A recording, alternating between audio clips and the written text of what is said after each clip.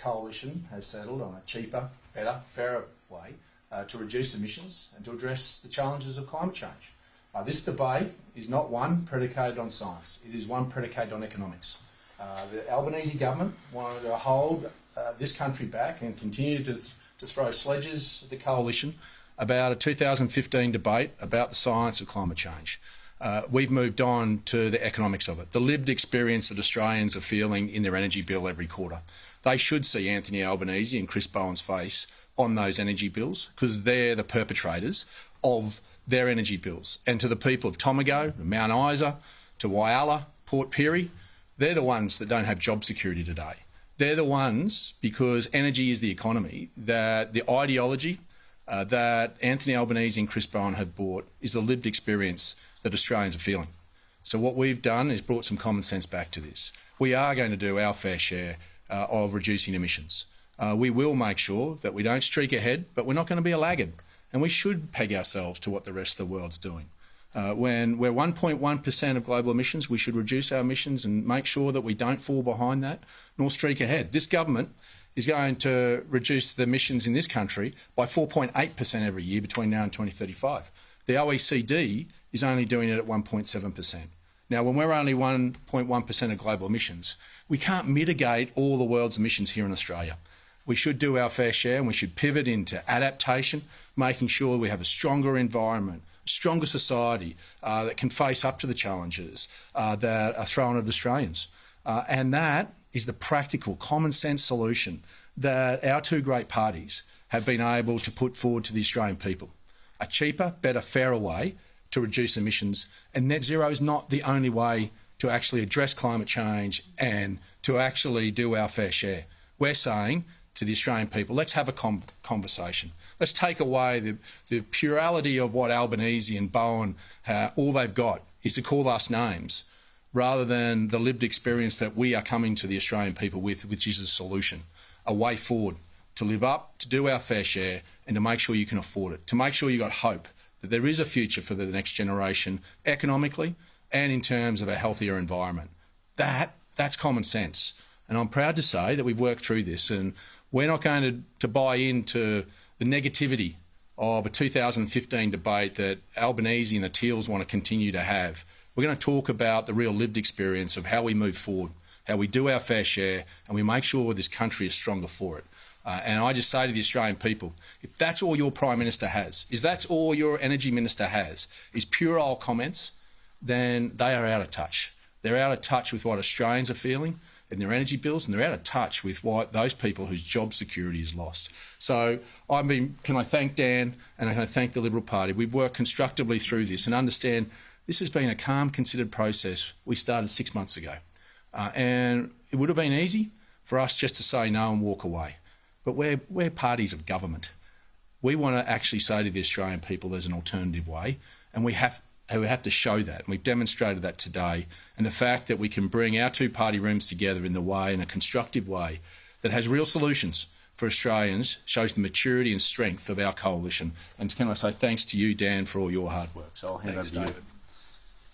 Thanks, Susan. Thanks, David. And it's wonderful to be able to stand here today and say that we've got a coalition policy which is all about energy affordability and doing the responsible thing when it comes to emissions reduction.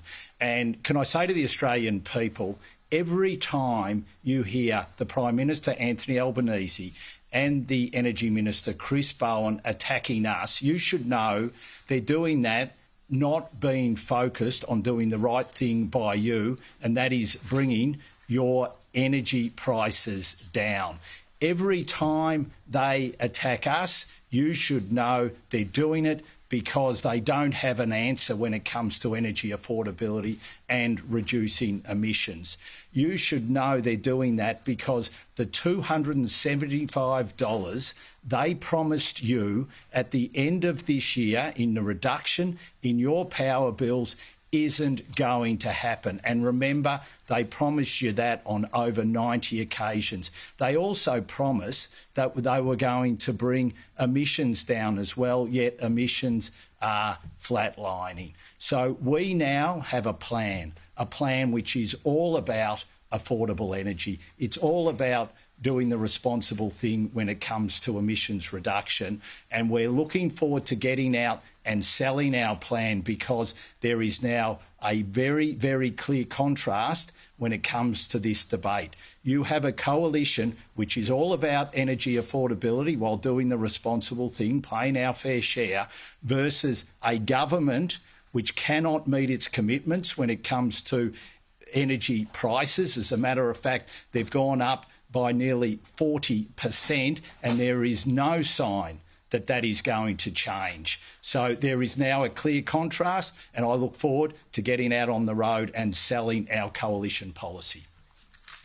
Questions? Opposition Leader, some of your moderate colleagues have already raised concerns about coal being underwritten by the taxpayers in the capacity investment scheme. Given you've already done net zero, are you worried that this sends the wrong message to suburban voters you're trying to win back? Just a little while ago, the joint coalition party room, which includes members of my party and members of David's party, signed off on the affordable plan that I've talked about today and that we'll continue to talk about over the coming weeks. It is all about affordability when it comes to energy prices and playing our part responsibly with emissions reductions. I'll ask Dan to address the particular detail that you mentioned. So we've said all along that we will take a technology neutral approach, and that has been clear from day one. That is what the Shadow Ministry decided last Thursday. It's obviously what the National Party have decided, and so we are taking a technology neutral approach, and that is what we will continue to do. How will this policy drive down power bills? And are you willing to put a number or a figure on how much people can expect them to go down by? Downward pressure is so important. All we're seeing from Labor is upward pressure and upward momentum. This is terrible for Australian families. This is just terrible going into summer when mums are saying, how can I put the cooler on? What am I going to do when this electricity bill comes? How am I going to pay it? What if somebody has to step back from their job for whatever reason? You know, this is really tough. We have to see downward pressure on electricity prices. Now, when you get more supply into the system, you get more supply brings more pressure going down on prices. And what we're not seeing from the government is the supply of gas, peaking power, baseload power, to balance the huge amount of renewables that are in the system. And we're not anti-renewables, but they have to be in the right place, and they have to be balanced by baseload power. And we have to have a government that, look back 4 years, they demonised gas. They didn't want anything to do with it. The Energy Minister sort of washed his hands of gas in our system. Reluctantly, they've had to come back to gas because they know that it's vital. Meanwhile, they've got an environmental approval system that refuses to unlock the very gas that Australians need to bring down their power prices and make energy affordable again. By giving the national electricity market the objective of affordable power, we know that the investments we make and the rules that we set will be all about bringing energy prices down. Exactly, and this is a practical way of changing the mandate of AEMO, that now their first mandate is to source energy predicated on the 2030-35 targets. That means that we have latent supply of base load sitting there that we need to increase the supply of and actually drive down those prices by the simple principle of demand and supply. And when we talk about the capacity investment scheme, taking a technology agnostic approach to that, when you look in my home state of Queensland, they intend to sweat out their coal-fired power stations. What you do by expanding it, you actually put that downward pressure of putting it right across all sources of energy. And what it also does is it buys the time for us to transition into particularly things like nuclear energy, to be able to have an energy mix, not put all your energy eggs in one basket. This government is going to get to 92% renewables. There is no country of the industrial scale the size of Australia that has done that. There's a couple that had a crack, Portugal and Spain, and they lost their grid for over a week and a half because you need baseload power. So these are practical steps that we're taking that builds in the capacity of us having a cogent plan moving forward of transition with nuclear, but we should have a balance. And we're not against renewables, but we should have the right balance. And our plan at the last election was around 38% nuclear, around 54% were renewables, and the balance was gas and snowy hydro. That is a common sense solution. Totally, David. And consumers instinctively know that when energy is unaffordable, everything is unaffordable. Do you have a timeline at all as to when consumers can see downward pressure under your plan?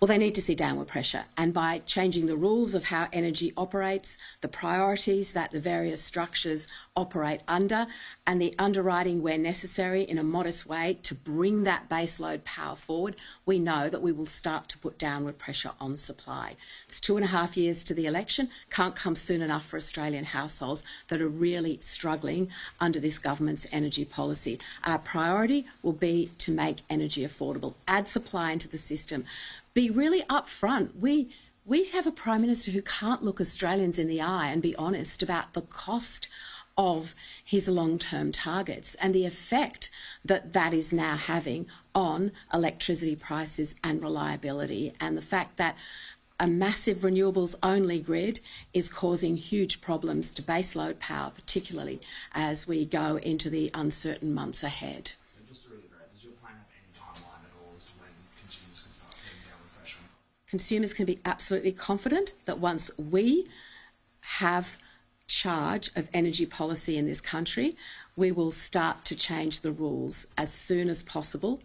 That means we have to get into government. That means we have to change rules around the supply of gas and the operating rules of the energy system. And we can see from that point on how downward pressure will be placed on energy prices. Here's the challenge for Labor. Why don't they expand the CIS to take in all the technology that's being driven in today? Why don't they change the mandate of AEMO? And the challenge for them is they're in government. They are the government. They are the ones responsible for the fact that you didn't get your $275 reduction this year in your energy bill that they promised you. In fact, it's gone up by over $800. And the reality is they have the levers to pull, but they are letting ideology get in the road of the pain that Australians are feeling. There is Australians tonight that won't be able to put dinner on the table because they can't afford it, because they can't afford their energy bills. And some of them don't have job security at all. So why wouldn't you, as Prime Minister of this country, pull any lever you possibly can to give Australians some hope? It is a disgrace that there would be people tonight that can't put dinner on their table in a country as rich as Australia. Why wouldn't you, as Prime Minister, prioritise affordable energy instead of the ideology of an 82% renewable grid by 2030, which everyone acknowledges cannot be reached? But if you set that and you make everyone pay for it, the cost is actually skyrocketing. So it's fundamentally completely around the wrong way when it comes to looking after Australians who deserve a government that backs them in and understands that affordable power is the number one consideration for citizens. If the coalition wins the next election, will you submit revised 2030 and 2035 emissions reduction targets to the United Nations? We've already said that we won't make any comments about targets from opposition and that we will look at our NDCs, our short-term targets, once in government. But we will look at our own domestic energy policy as a primary consideration, as every other country does and as every other country should. Just on the time frame for seeing lower power prices, you must have a target though, a marker of success if you win government of when people can expect to see that. Why should people vote for you if you can't provide more information, some concrete figures or more of a plan than what's in there? Because they'll have a look at our plan and they'll see that it will work because they'll know that immediately it starts to put downward pressure on prices by being technology agnostic about baseload power, injecting more gas supply into the system, opening up gas fields in Australia so we have Australian gas for Australians in terms of a domestic reservation scheme, and they know that that will bring downward pressure on prices. Mr Littleproud, do you think a net zero future would be a welcome outcome? Well, let me make this clear. The National Party believes in reducing emissions. It's a core principle that we got to in our determination. What we want to do is do that in a responsible way, a fair way, that Australia does its fair share, but we don't streak ahead causing the pain that we've got at the moment. Now, I think it'd be unwise for anyone to comment about what comes in the future, particularly in technology.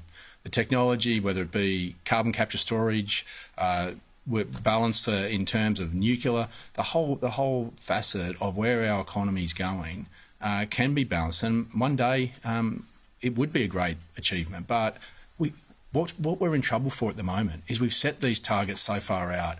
that we've lost an energy grid, and we've now got a whole lot of other industries like transport where effectively you're going to pay for a combustion engine, a tax. When you talk about mandatory reporting, they're doing Scope 3 reporting. That's $1.2 billion in the first year for what no one else in the world's doing. In fact, even Joe Biden had the brains not to go anywhere near Scope 3 emissions. So this is where, unfortunately, we're not going to be able to afford to have any reduction in emissions if we send our country broke.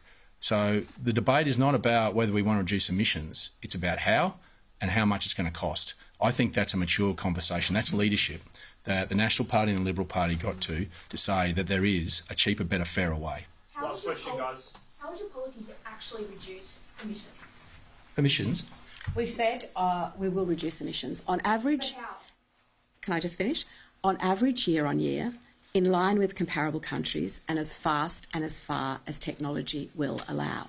So that is our policy, and coming from that, breakthrough technologies, realigning the CEFC and ARENA, which now invest or underwrite taxpayers' money in wind and solar, which don't need their help, but we would repurpose so that they would look at these breakthrough technologies, and in 25 years' time, there will be technologies that we're not talking about today.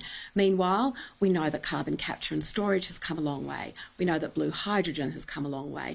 For our agricultural sector, something very familiar for David and I, soil carbon does many things, including make our soils healthier for our own vegetation and farming activities, but sequesters carbon. So there are a range of activities that we can use and employ, and that I know is starting to happen.